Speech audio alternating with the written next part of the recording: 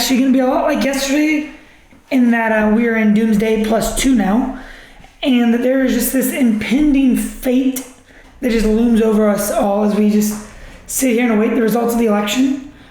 So we'll cover the elections, where we're at, what we know, where we may be going, seeing that none of us really know, and then some responses to how the election's going from the media and from some famous people around the nation. And then at the end of the show, I'll tell you what I think is honestly the true threat to our republic and why I think it is so important now more than ever. So make sure you guys stick around to the end for that.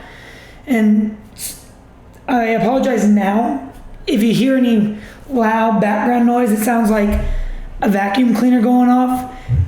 For whatever reason, the military, I live right next to an air station, and they're deciding that right now, at the beginning of me trying to record this, is the best time to just fly above my house. And so I apologize now for if there's any interruptions or it overshadows me.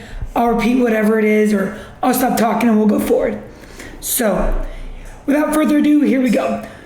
The election update is, well, there's not really one. Trump still looks like he has Pennsylvania, North Carolina, Georgia, and Alaska so far. Things in Georgia, though, are getting exceptionally close. Like, insanely close.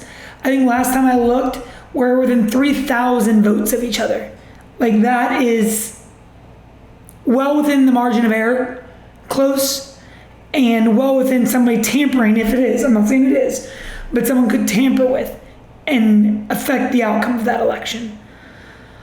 With that also being said, 99% of the votes have been reported, and they still haven't called it in the president's favor. Now, I do get it's really, really close, but 99% of the votes are in and the president's up, and they still haven't called it. So North Carolina and Pennsylvania also, like the president is going to hang on to those, with the president having about a 2% lead in both of those states. So Pennsylvania and North Carolina right now are still looking really, really good for President Trump. And Georgia, even though he still holds on to it, that margin is closing. When it comes to Arizona, this is a huge hot topic. And the path to the presidency, in my opinion, lies within Arizona and Nevada. Both candidates need Arizona if they're going to get to 270. So where do we stand? Well, as of this morning, 88% of the votes have been counted, and Biden is currently leading in Arizona. According to the Arizona Secretary of State website, Biden is currently holding on to the lead with about 60,000 votes or so. So still a close race.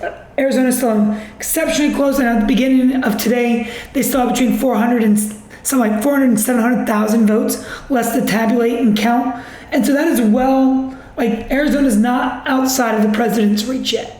So that is definitely a place we need to keep our eyes on too.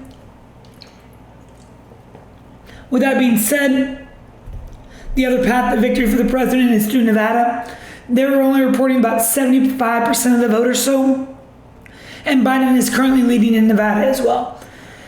So if Biden wins both Arizona and Nevada, the race is over for the president. There's no way that he can get to 270 unless Michigan or Wisconsin's flipped or he litigates the election. That's the only way. But if Trump can win one of those states, he will win. If he wins Nevada, he'll win exactly 273 votes to Vice President Biden's 264 votes. And if Trump takes Arizona and Biden takes Nevada, then he'll walk away with 278 votes. But both of those scenarios are only possible if the president keeps a hold of Pennsylvania, North Carolina, Georgia, and Alaska. If he loses any one of those states, it is over. So the pathway to the president's re-election is not closed.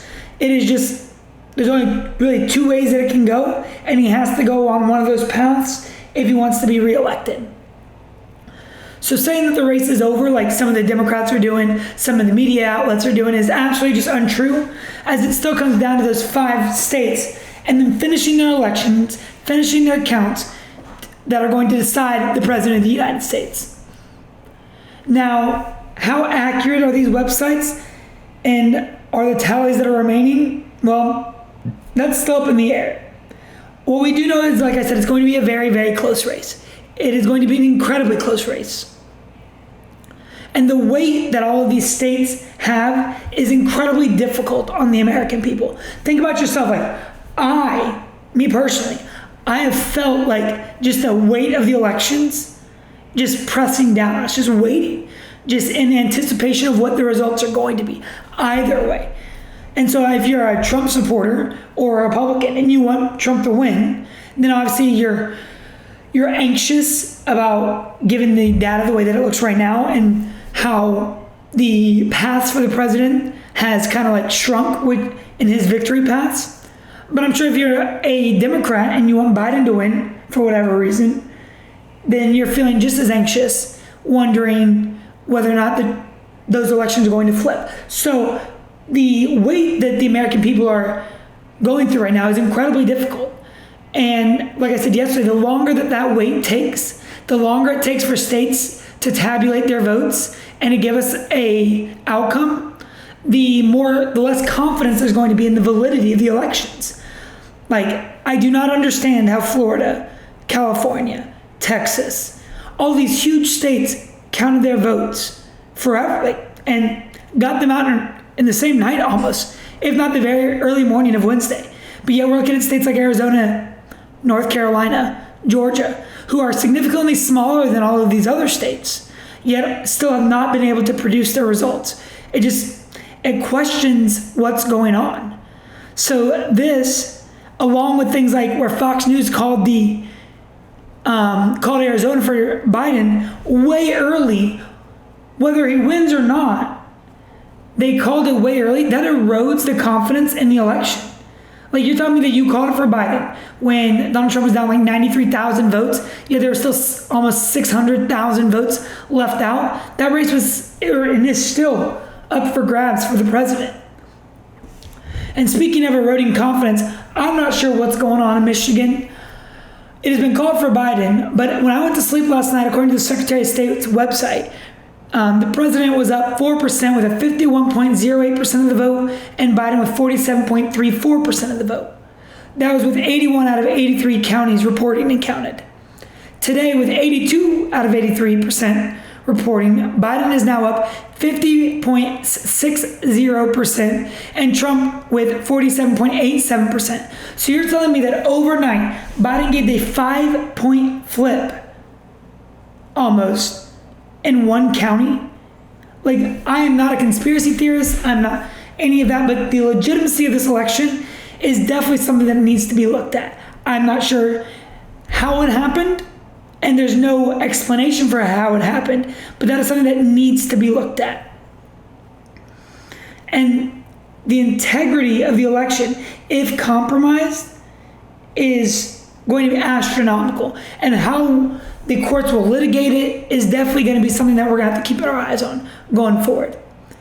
And so the reason why there have been so many conspiracies, so much erosion of the election and how much compromise, how compromised the election has been, is one, elections have been around for hundreds of years in America, and it has never taken this long to tabulate votes. Two, what causes it this year is, one, I know that there was the coronavirus and there's all of the mail-in ballots, but the pure lack of transparency in some of these major voting polls is the reason why there is so much lack of confidence. Like, when you have places from around the country doing all kinds of crazy, illegitimate things, what do you think the American people are going to think? So here's some videos of some things that are occurring around the country. This first one appears to be from Atlanta, from the tags that had it on Twitter. And in the video, a poll counter can be seen getting mad at what appears to be a ballot that he is counting.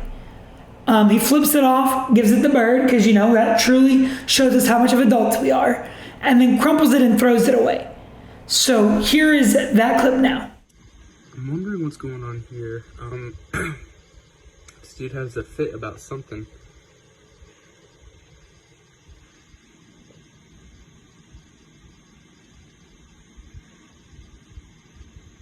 And then flips off a ballot and then crumples it up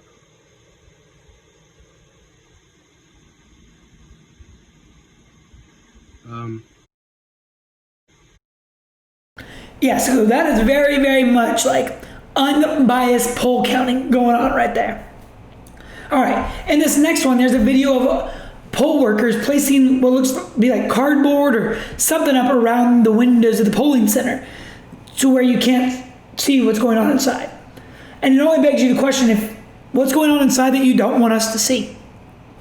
Why do you need to put up barricades and blocks for the American people where this should be an open election? And it is.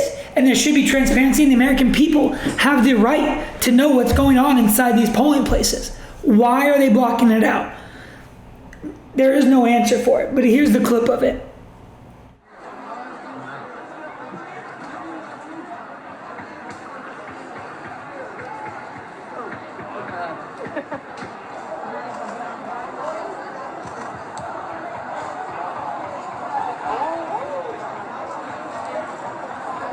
All right, so further, not only that crazy, like putting up wallpapers or whatever for the around the polling locations, there's been reports that Republican poll watchers have not been allowed to be inside of the polling place, which is absolutely incredible. Like, in a true, fair, and accurate election, you're telling me that we're not going to allow certified, documented poll watchers with the correct paperwork in to watch the election? That's absolutely insane. Here's a clip of one Republican poll watcher not being allowed inside Philadelphia. You're not letting me in? Well, no. That's why I told you, call the police. Do it. If you legal, call the cops. The city guy is usually there. He'll be there. Call that number. Tell him to call somebody. I have a citywide watcher certificate. It's not for this location. It's not for it. Is not. Is this the city of Philadelphia? This is the city of Philadelphia. This is the city of Philadelphia. This is the city of Philadelphia. You wanted to talk. You wanted to talk outside. Let's talk. I have a warrant. I asked you to read the line. The line said it's good in every ward and division in the city. You're not letting me. So this is the issue. Like, how can the American people trust the process when there's been so many irregularities in this election? Like, it's absolutely ridiculous.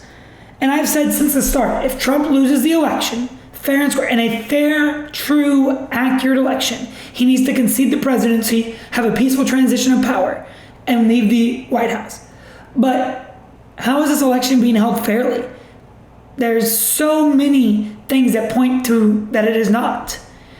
For instance, how does someone get out of a polling location with ballots in his hand? In this next clip, an unknown individual, which we assume is in a northern state just because of what he's wearing, has a unknown amount, he says about 80, an unknown amount of poll ballots and Trump ballots that he's going to catch on fire. So here's what that looks like. Yeah. Oh, Trump. You gotta do what you gotta do. Fuck Trump.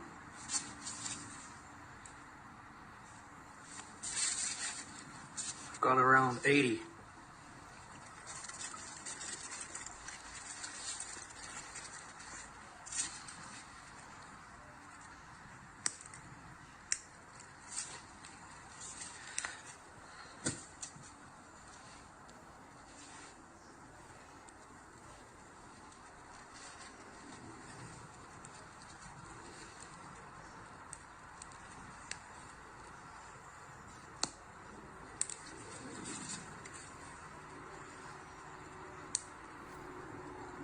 So when you watch this, at least for me, my first question is, where's the DOJ? Where's the FBI? Where are all of the government agencies that are put into place to investigate things like this? Why is not a single one of them stepping in this election to try to get an understanding of what is going on? It blows my absolute freaking mind. Like, I don't understand it. There have been several cases of these activities all around the nation, and especially in key voting places that may hold the election's fate in their hands. Yet not a single federal entity is investigating these outlandish allegations and all of the evidence that would suggest of illegitimate activities occurring. It blows my mind. So then you have the Associated Press running a counter to all of these. So you have all of these videos, all of these stories regarding all of these illegitimate things going on in the election. And then you have the Associated Press in an article written by Amanda Seitz, David Kepler, and Ali Swinson today that goes about saying that Trump and the allies are spreading falsehoods to cast doubt on the elections. That's the headline. Because Trump telling you that there's crazy illegitimate things happening is casting doubt on the elections. Not the fact that there's people burning ballots. Not that there's videos of people crumpling up ballots. Not the fact that they're not allowing bipartisan poll watchers. Not that they are blocking off outside view of the polling locations. None of that matters. It's only that Trump and the allies are spreading falsehoods. So it reads, while much of America was sleeping Wednesday morning, President Trump leads in crucial battleground states begin slipping. And that's when online falsehoods about the election started surging. More than 100,000 votes that the Democrat nominee Joe Biden picked up in Wisconsin were evidence of outright corruption, one Twitter user surmised. The ballots were magically found, claimed another. In fact, Biden's early morning comeback in the closely watched Midwestern state was simply the result of absentee and early votes being counted. Okay, maybe that could be true. Maybe. But the fact that there was hundreds of thousands that went solely in Biden's direction and not a single ballot went to a third party or to a Republican candidate, you're talking about out of 100,000 votes, they were all Biden. That is statistically impossible. Absolutely impossible.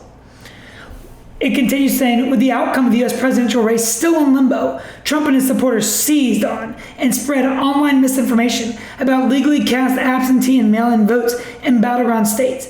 They used it as fodder to support the president's baseless declaration on live stream television early Wednesday that Democrats were trying to steal the election from him. Baseless.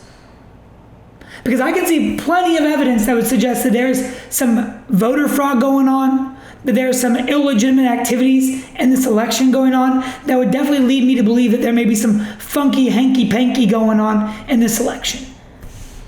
It blows my mind how the left continues to perpetrate their narrative when all evidence says otherwise. So after we all woke up yesterday morning and the results were completely different than when we went to sleep, that is what caused the false accusation. One, it's not that we're upset that Biden is winning or that the results are different than when we went to bed. We're upset that the fair elections, and they should be open and fair, are clearly being obstructed. Second, it's not false, like I said, when there's evidence that suggests that this is occurring. You cannot report what you want to report. You cannot report what you want the news to be. You need to report what the news is. That is what your job is. Associated Press, your job is to report the news, not report what you believe the news should be. Another thing that makes it incredibly hard to believe that there's no funny business going on is that Trump has more votes this year than he has in 2016. Also, in a lot of states that Biden has been up and declared the winner, like in Michigan and Arizona, the House and Senate races had very good outcomes for the Republican Party. And so to say that the Republicans took the House and Senate votes and performed very, very well in the election, and then the president is down, and that the president truly underperformed in those states, does not make any sense whatsoever. And it's just, when you look at the elections and the counties that are reporting and seeing how they're voting, it is very, very hard to believe that the vice president has this huge lead over the president when the Senate and House races went the way that they did. That just makes no sense. So either way, I still think it's anyone's presidency. The president still has a very good chance of winning. He just needs to secure Arizona or Nevada. He secures either one of those, he has the presidency, as long as he keeps a hold of Pennsylvania, North Carolina, Georgia, and Alaska. So, speaking of winners, we all remember 2 days ago when Biden blasted Trump for calling himself a winner before he had won? Because I do. I very much remember that. Well, here's a clip yesterday of Biden doing the exact same thing. And he says, well, I'm not saying we won yet, but, well, I think we won. after a long night of counting, it's clear that we're winning enough states to reach 270 electoral votes needed to win the presidency. I'm not here to declare that we've won, but I am here to report when the count is finished, we believe we will be the winners.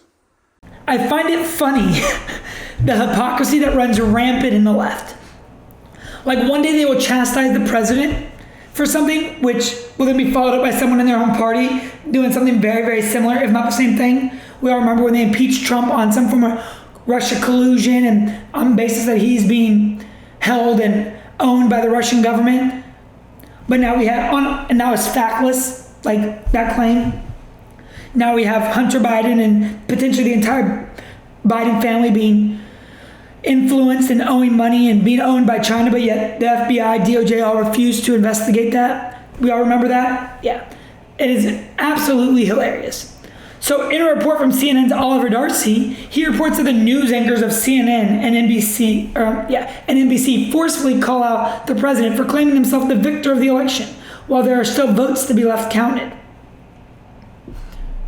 Vice President Joe Biden literally just said, well, I'm not saying we won, but we won. That sounds a lot like declaring yourself the victor to me. And don't tell me we all forgot about the Associated Press calling Virginia for Biden with only 10% of the votes in. Now, Biden may have won that state very well, but the fact that you called that at 10% of the votes being in is absolutely unreprehensible. Or how Fox News called Arizona early with hundreds of votes, hundreds of thousands of votes still left to be counted. It's just pure hypocrisy. But as always, that doesn't matter. As long as the narrative that Trump is bad and is going to undermine the election is pushed, that is all that matters. And we can see that already forming. The president being concerned about the legitimacy of the election in places like Michigan and Wisconsin and Pennsylvania, saying that he may contest him if he doesn't win. The left has already started to say that this is him trying to cheat the election.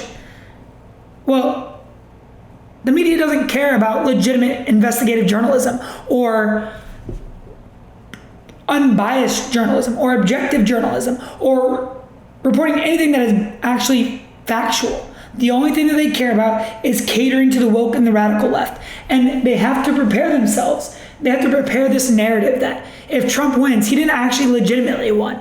He won because he cheated the election. When there are so many reports, you do not see a single report being reported on how Republican poll watchers or Republican counters or Biden votes are being crumpled, burned. Any of those allegations that we've seen and we have actual photographic evidence of, you don't see any of that happening on the Republican Party. But yet Donald Trump and the Republicans are going to be the one that cheat this year's election.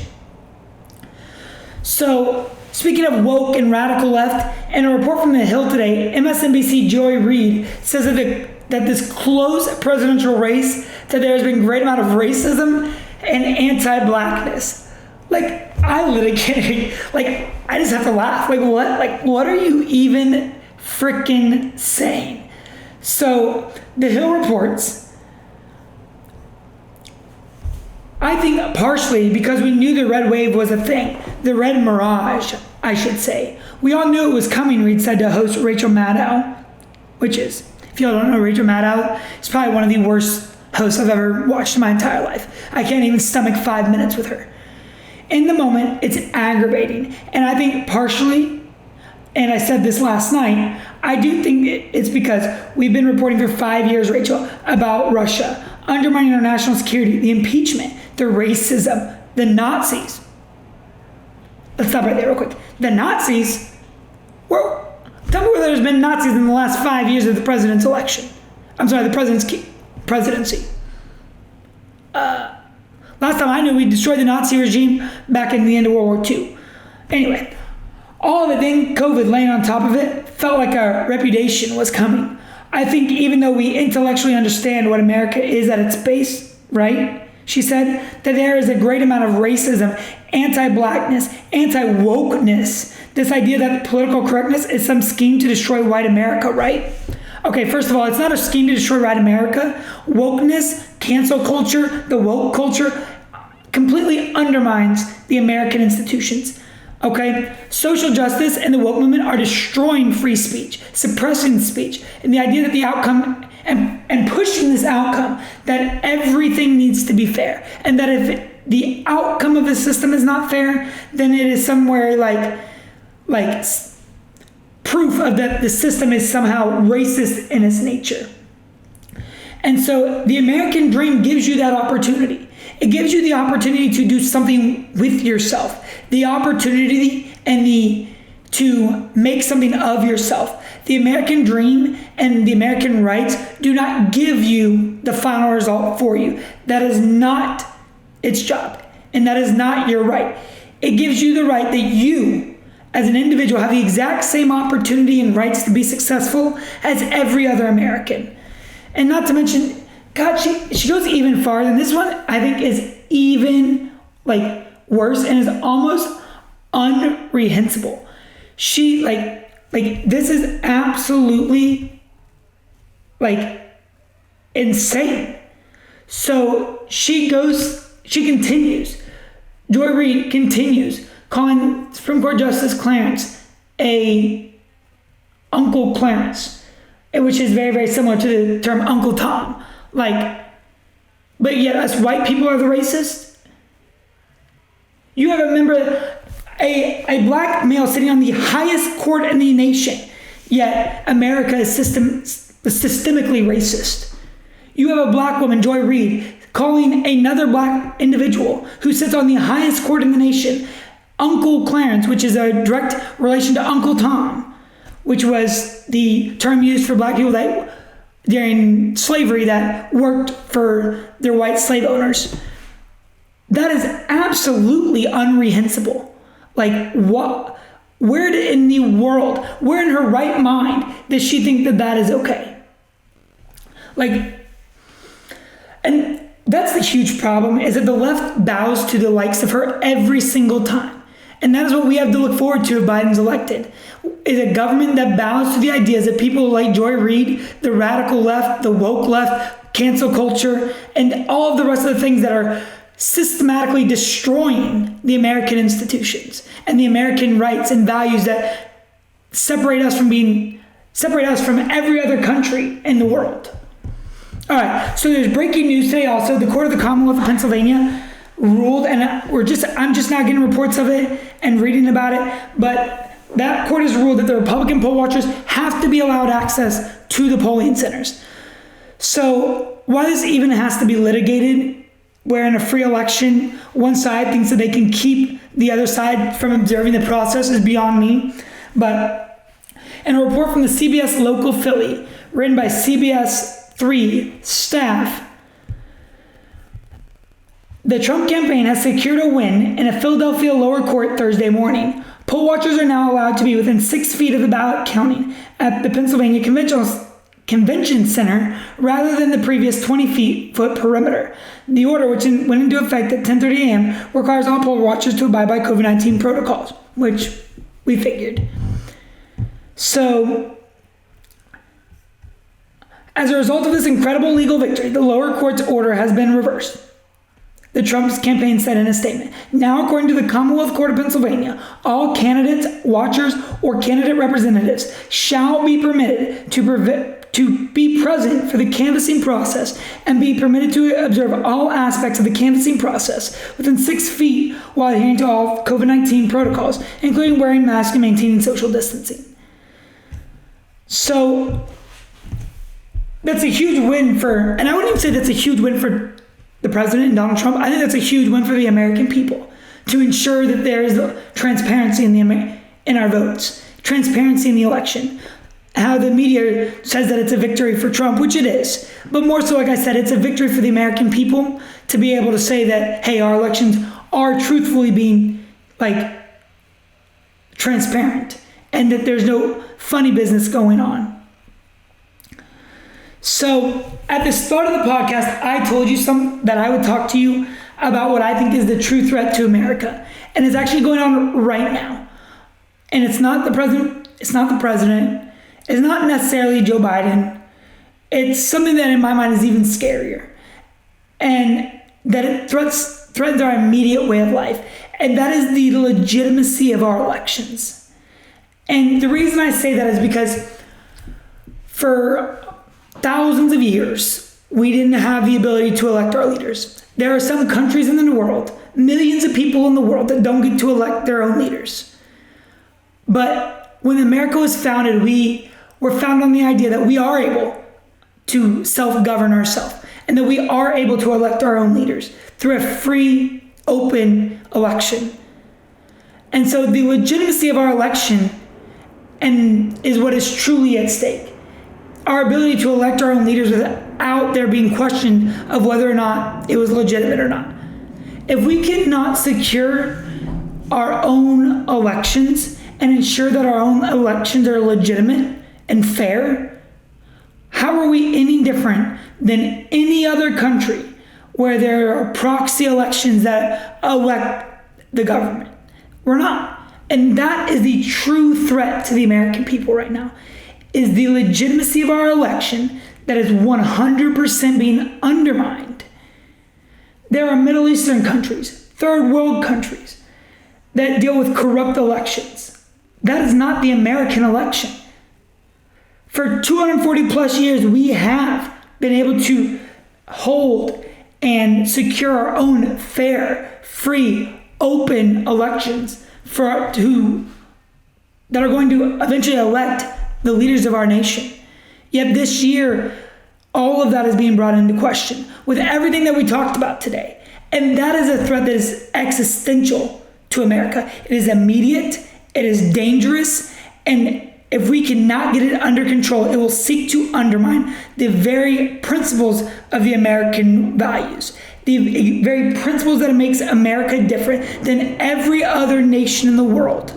That is what is at stake. That is what is at stake in this election.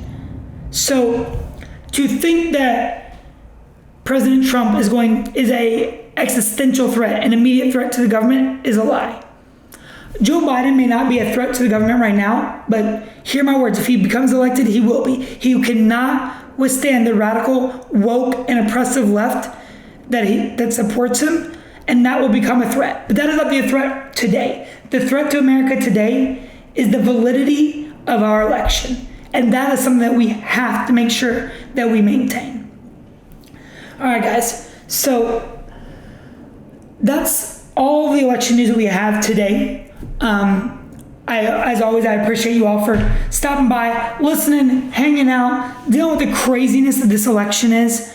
But make sure you stay tuned. I will keep you up to date, I promise, on everything that's in the election news that's coming as we look forward to answers from Arizona, Nevada, Georgia, Pennsylvania, North Carolina, Alaska, and who's actually going to hold the presidency for the next 4 years. But just remember, be safe, and as always, if you haven't already, make sure you follow us on Twitter. Make sure you follow us on YouTube for all those clips that I played earlier. If you want to actually see them, you can follow on YouTube. All of my podcasts are videoed as well and put up on my YouTube channel live. I'll make sure that is down in the show description. And I wish you all the very best on this Thursday afternoon. And God bless you all, and may you all be safe. And we'll see where the rest of the election goes.